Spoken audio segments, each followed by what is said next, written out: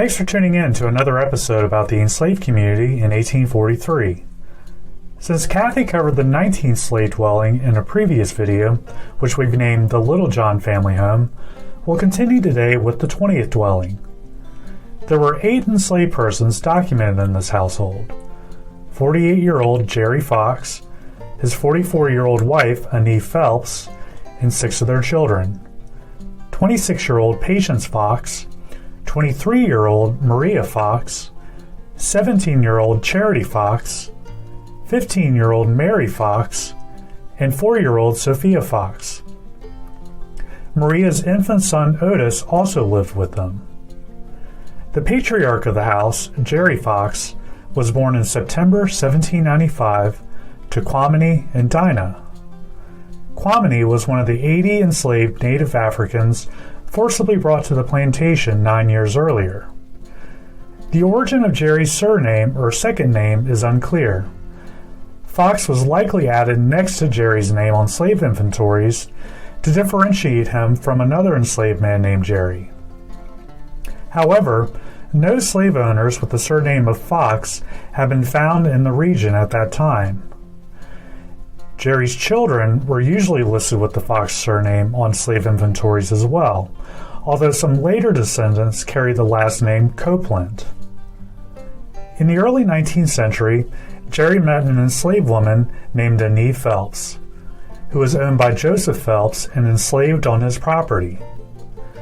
It's unclear how they met, but most of their children were born by the time Josiah Collins purchased Annie in the 1830s. By law, slavery always passed from mother to child, so Josiah purchased the Fox children at the same time. In addition to the children listed earlier, Jerry and Annie also had 2 more kids. Although the family was all together at Somerset Place by 1843, they faced many tragedies in the coming years.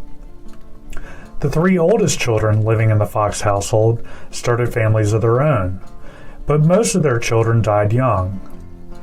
Maria Fox was implicated in a purported plot to poison the overseer in 1852 and immediately sold, never to see her family again.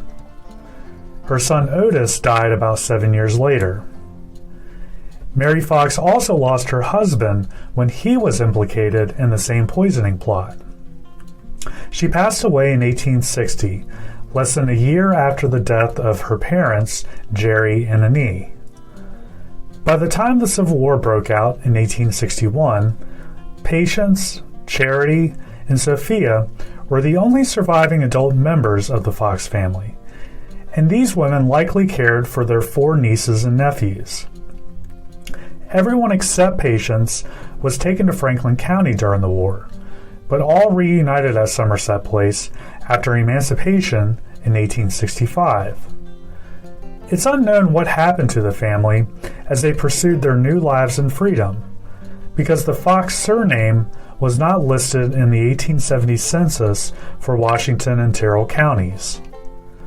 To learn more about the enslaved community at Somerset Place, join us for a guided tour. We're open Tuesday through Saturday from 9 to 5. And don't forget to click subscribe to stay up to date with our latest videos. Until next time, thanks for watching.